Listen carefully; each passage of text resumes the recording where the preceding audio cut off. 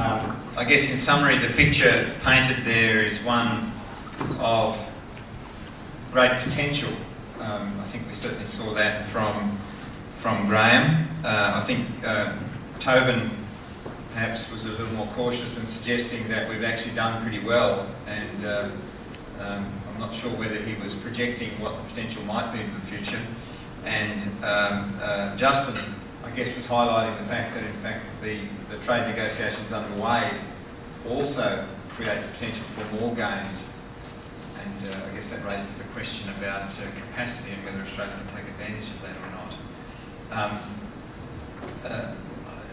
We can take some questions from the audience if there's anyone with a question. There we have one over there, if you don't mind. Hi, Dr. Teresa Craig, President Agribusiness Association of Australia. My question is for Tobin. You mentioned ag policies as being sporadic. Can you give any specifics that you'd just love to get fixed to help move things forward?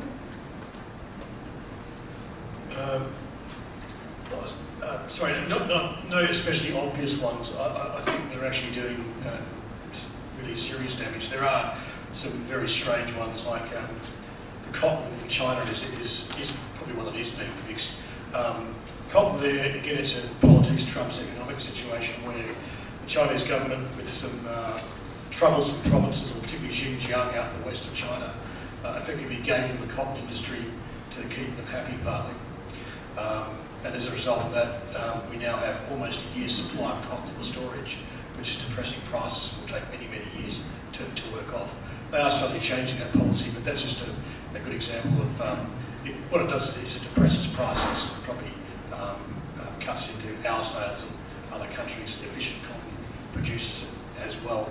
I think that there's just a great many little ones here and there that are quite irritating from different perspectives, but there's no, I don't really have a top five, if you like.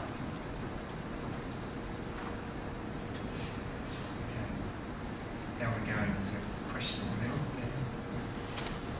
Sorry. Good morning, Ben Cargill. Just a question about TPP. Just wondering, when you put up the slide about the gains, potential gains under TPP, you had one there in regard to cereals, for example.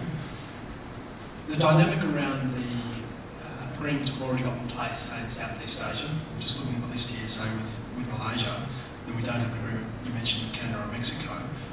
When you look at the dynamic, are the main gains for, say, cereals or agriculture, cereals of particular interest, from my question, and the main gains from these countries where we don't have agreements, so we'll have a new agreement, and that's where the main part of that gain comes, or further gains where we've got existing agreements in place. Can you see what the dynamic is there, and how does the existing agreements that relate to, say, Malaysia fold into a TPP for someone that's not so close to it like me?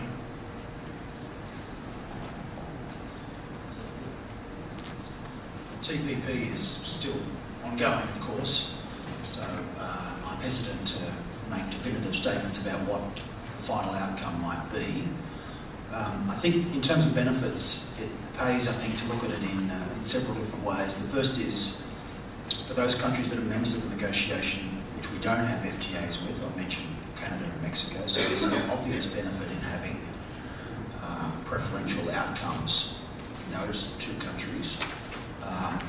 For others where we do have FTAs, then there's the prospect, I think, for some additional gains in the TPP over and above the additional the FTA access that we have. That will vary from country to country, but I think there is still some prospect of that.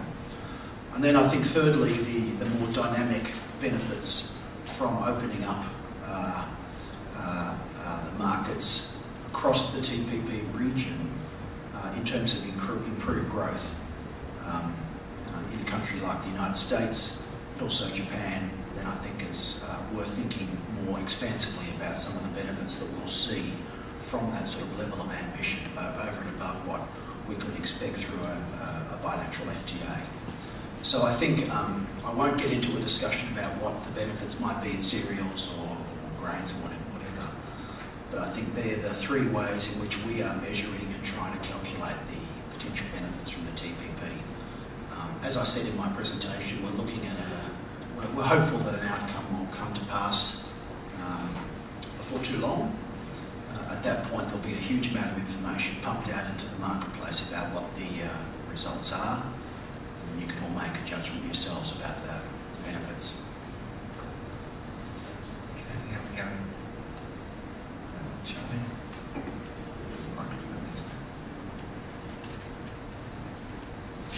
Charlie McElwain, Dairy Australia. Another question for Justin. Just, you alluded to some changes in policy that have allowed a lot of the bilateral agreements to be finalised, particularly over the last year or so with Korea, Japan and China. Can you just elaborate a bit on why we've suddenly had these successes of closing down these agreements and finalising these agreements and what those policy changes have been? That was really a reference to the fact that the government, both governments, over a long period of time have made decisions to reduce manufacturing tariffs. So in a mercantilist world, which is what FTAs are, then in order to secure outcomes in areas of interest to us, export interest to us, we have to pay for those concessions. And by having bipartisan government support over many years for lower tariffs to manufactured products, we were able to generate balanced deals. There's also been a willingness on the part of this government to enter into negotiations on foreign investment, which has been a hesitation in the past by some former governments. And by that I mean not just to make undertakings on foreign investment review threshold levels, at a preferential level, but also to make binding commitments on investor-state dispute settlement. So they're the three areas that I pinpoint as being, if you like, significant policy reforms and decisions by governments which have given us some negotiating leverage and has enabled us to push forward to conclude those FTAs.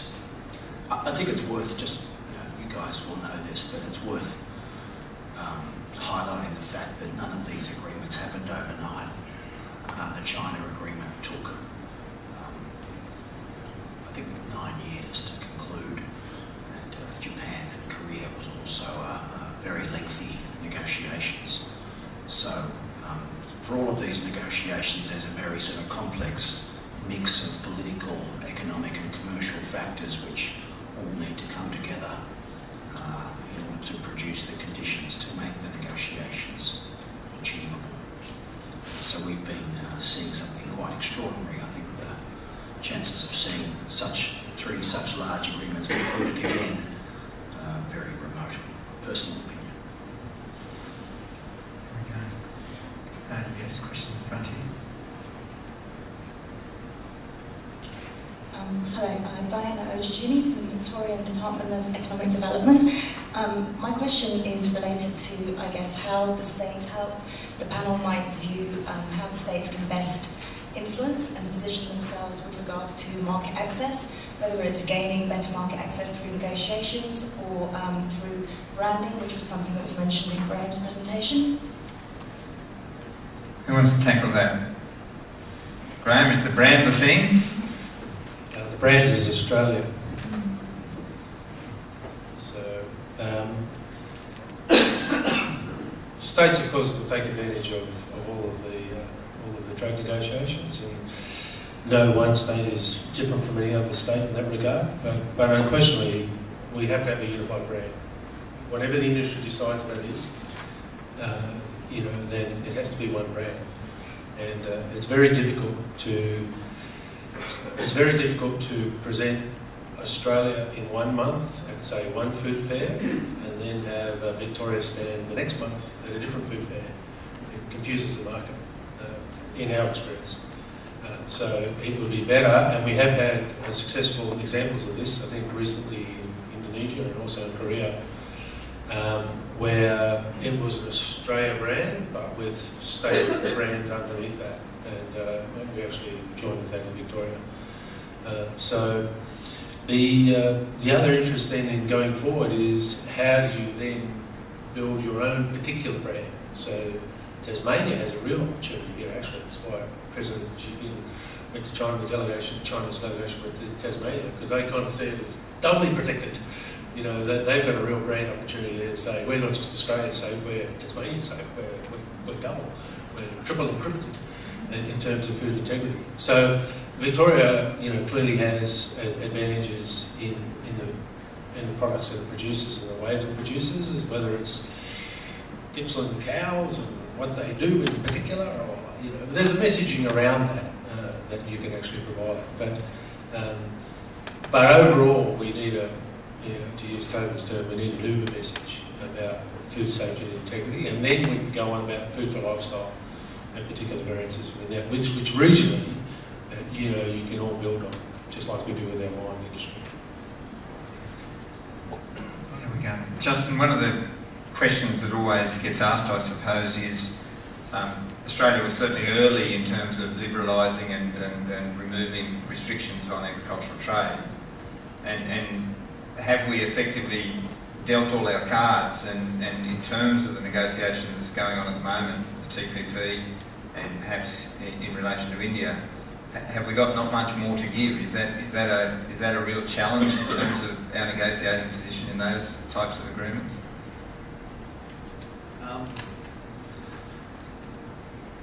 It's true that we're a country that's characterised by very low levels of protection overall, and I think the trend has been a uniform one over some years. So I mentioned earlier that trade negotiations, for better or for worse, are mercantilist exercises. So there's a trading of conditions, if you like, and that's also the case in the WTO.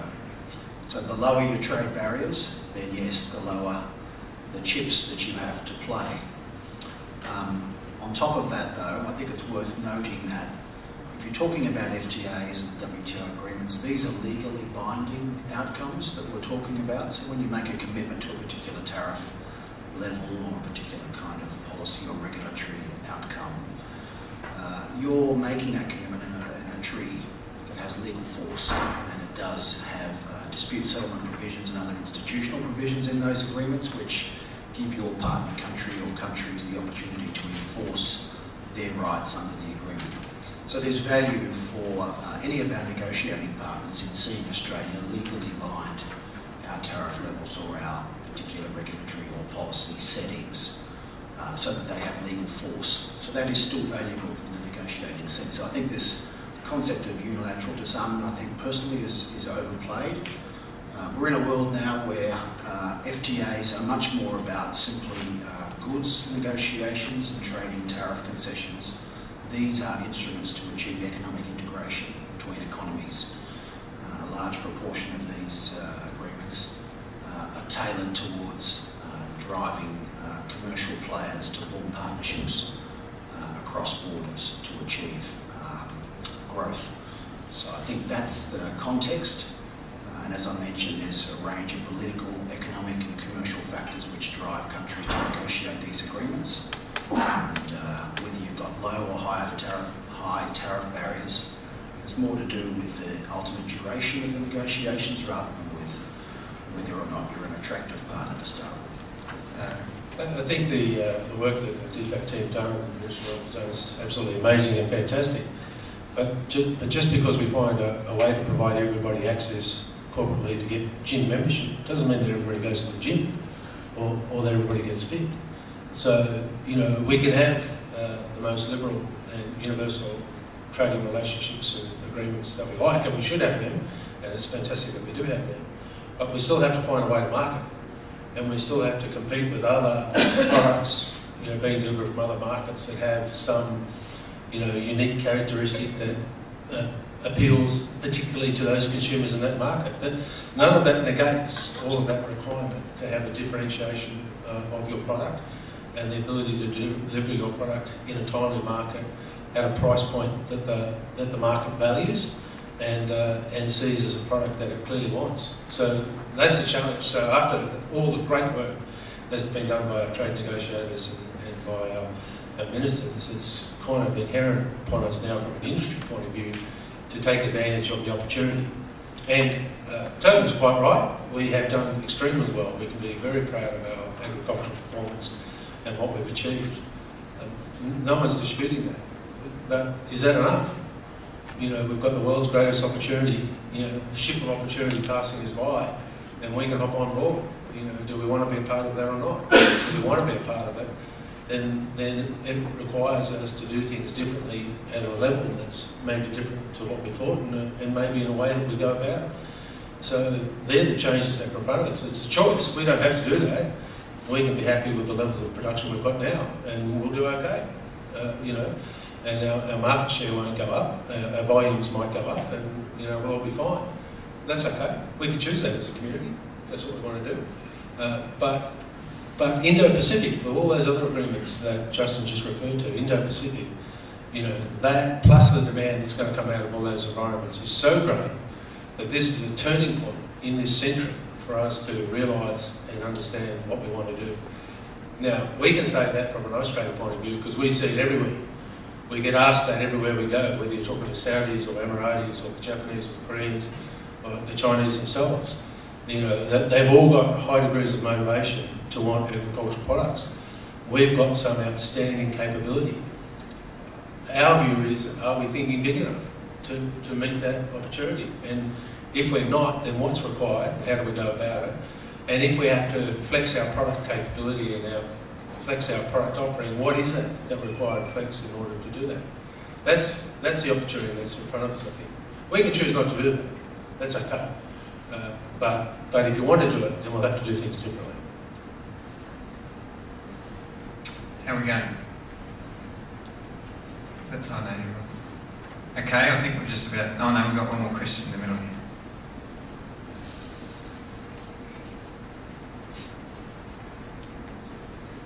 Jane Lovell, here with the Senator, but he's not quite here yet. I'm just reflecting on the three stories that we've heard.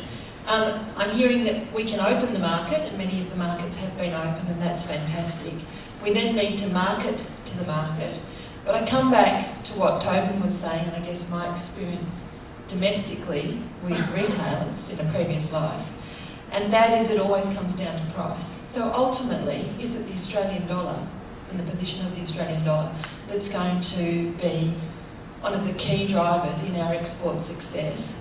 Or, so this is really for everybody, Graham, does it go to what you were saying, where we actually need to position ourselves at a point where we are less susceptible to changes in the dollar, so those high energy, high water sort of products, well packaged? Yeah, but, you know, I don't know whether you saw maybe the other day, they had a, you know, Chinese buyers now want to buy an Apple iPhone, they don't want to buy a Xiang iPhone lookalike, and Ms Wong said, I'd never go with a boy that didn't have an Apple iPhone because, you know, I can't take him seriously. So I'm prepared to pay $1,000 for an Apple iPhone rather than have a $150 Xiang phone. So, you know what I mean? So the markets are seeing value. It's not price points if they understand what the value is. A market needs to understand why they need product. They need to understand what the product is and what's being delivered, and then they need to be able to place the value on it. Is that price worth it? Because I'm not going to compromise my baby's health. Nothing will stop me compromising my baby's health. I'm going to send my cousin in Sydney to go and raid every store, you know, for baby health and ship it across to me, right? So if we can't be a supplier of all products to all markets, and we can't, that's impossible, then we can be a supplier to some markets in some things. And in those some markets, some things, we're suggesting that in some areas, particularly food for lifestyle, we can offer a premium value. Now, in order to offer that premium value, some of those things I said before, we need to think about what those markets are asking for. We need to package it in a way that they're looking for. You know, we've seen those tin drinks in the alcohol pop drinks. In Japan, they put cute little umbrellas. You know, the Australian company puts cute little umbrellas, and they're you know, love hearts, and you know, they're designed for, you know, a target market in Japan, a very specific demographic.